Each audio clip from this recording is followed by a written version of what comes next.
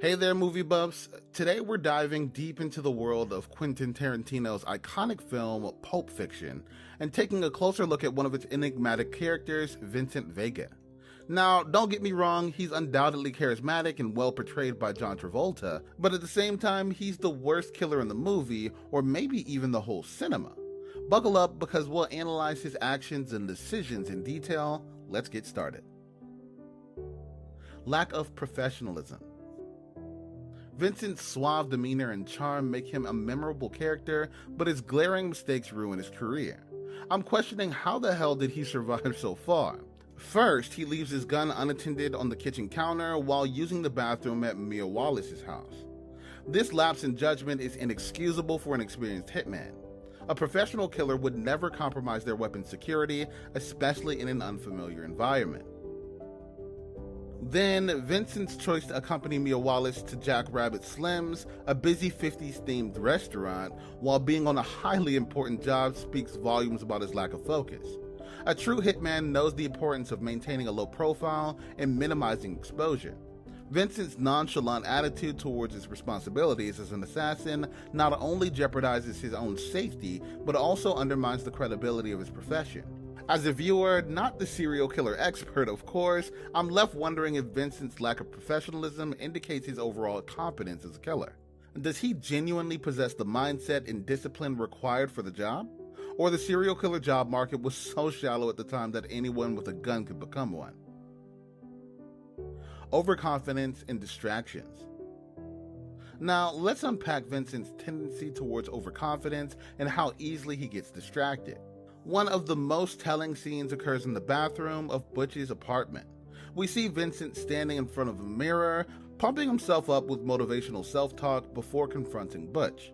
While self-assurance can be a valuable trait, Vincent's bravado blinds him to the potential dangers and risks that lie ahead. Furthermore, Vincent's overconfidence leads to his underestimation of his opponents. When he faces off against Butch, he fails to anticipate the boxer's resourcefulness and determination. Vincent's complacency becomes his undoing as Butch manages to overpower him and escape. His lack of respect for his opponent and inability to adapt to a changing circumstance underscore his limitations as a skilled killer. Let's not forget the incident involving the accidental shooting of Marvin. Vincent's carelessness with firearms is startling, a characteristic that simply doesn't align with the professionalism of a true hitman. The fact that he treats his weapon with such disregard, culminating in a fatal mishap, speaks volumes about his lack of attention to detail and basic safety protocols. I do hope serial killers have those. If not, what am I paying taxes for? In a world where precision and calculated action define the success of a hit, Vincent's tendency to let his guard down and be distracted by his own hubris raises severe doubts about his sustainability as a top-notch killer. Trigger-happy and careless. Now, let's dive deeper into Vincent's trigger-happy nature and carelessness when handling weapons. That unforgettable scene where Vincent and Jules discuss the Royale with cheese while driving, their casual conversation turns dark when Vincent accidentally shoots Marvin in the face, splattering blood and brains all over the car interior. This shocking moment showcases his recklessness and lack of basic firearm safety, a cardinal sin in the world of professional hitmen. What's particularly concerning is that Vincent treats the incident as if it's just another unfortunate inconvenience, rather than a grave mistake that could have been avoided with proper caution. A true killer would have an ingrained sense of respect for the power of their weapon and an unwavering commitment to ensuring the safety of everyone in their vicinity. This incident reveals Vincent's inability to control his impulses and highlights his lack of precision. A skilled assassin's success hinges on meticulous planning and a steady hand, compromised by Vincent's erratic behavior. Letting his guard down. Now, let's delve into the pivotal moment highlighting Vincent's unprofessionalism, his reaction to Mia Wallace's overdose. Vincent's panic and lack of composure are striking when faced with his life-threatening situation. Instead of handling the crisis with the calm and collected demeanor that a true professional would have exhibited, he allows himself to be overwhelmed by the circumstances. At best, Vincent's choice to rush Mia to Lance's house rather than seek immediate medical attention is puzzling. A seasoned hitman should have the presence of mind to make rational decisions under pressure. This incident reveals a vulnerability that undermines his supposed expertise as a killer. A more adept assassin would have the knowledge and skill to deal with medical emergencies, even if they aren't a trained medical professional. Remember how calmly Anton Chigurh from No Country for Old Men treated his injuries, and then compare him with Vega. Vincent's lack of preparation and inability to think on his feet showcase his shortcomings as a well-rounded and adaptable hitman.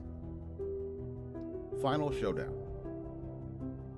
Now, let's dissect the final showdown that solidifies Vincent Vega's standing as one of the worst killers in cinema.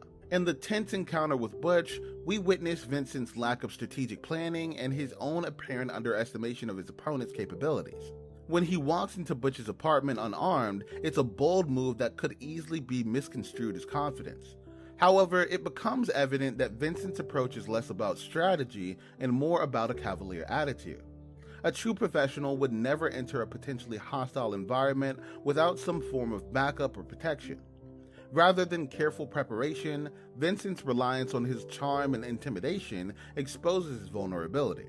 Butch sees the opportunity and catches Vincent off guard, ultimately leading to Vincent's demise. This confrontation showcases Vincent's inability to accurately assess risks and plan ahead.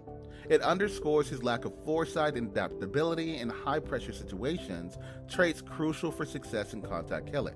While Vincent's charisma may make him a captivating character, his ultimate downfall in this encounter cements his status the biggest serial killer loser. Vincent is undoubtedly a complex character and a central figure in the film's narrative. Still, his actions and decisions highlight his lack of professionalism, overconfidence, and impulsiveness. Despite his charismatic demeanor, Vincent Vega's shortcomings make him stand out as a less than stellar hitman in the Tarantino universe. I would personally never hire such a guy for my delicate services.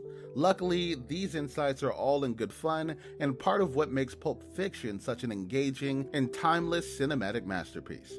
Thanks for tuning in. Remember to like, subscribe, and share your thoughts in the comment section below. Until next time, stay cinematic.